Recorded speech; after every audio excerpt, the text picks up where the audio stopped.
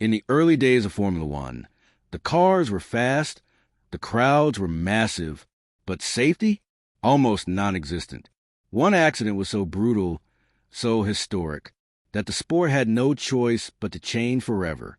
This is the story of the crash that rewrote F1 safety rules.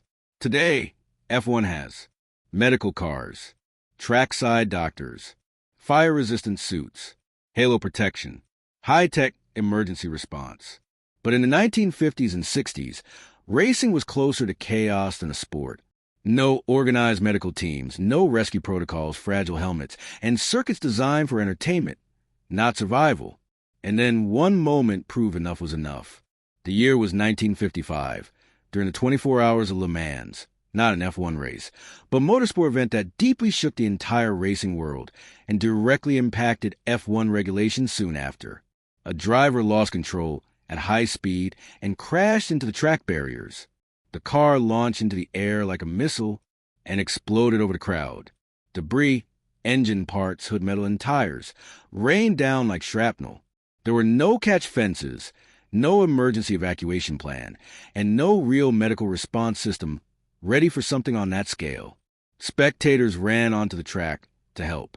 Firefighters arrived late. Doctors improvised without equipment. It was a disaster broadcast across the world. More than 80 people died that day. It remains one of the deadliest accidents in motorsport history.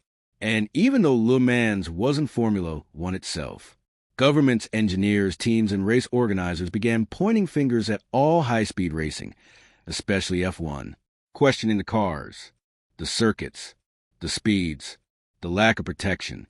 F1 suddenly looked unsafe, not only for drivers, but for entire nations hosting races. The accident triggered immediate global consequences. Several countries banned motorsport events temporarily. Tracks were redesigned with spectator protection in mind. Fire safety became mandatory. Crash barriers were improved. Helmets and driver gear evolved quickly. Medical support started shifting from improvisation to obligation. And decades later, these movements eventually inspired even bigger protections like safety cars, improved cockpits, and the halo system. It became the real fastest evolution in F1 history. Speed built Formula One, but tragedy taught it how to survive.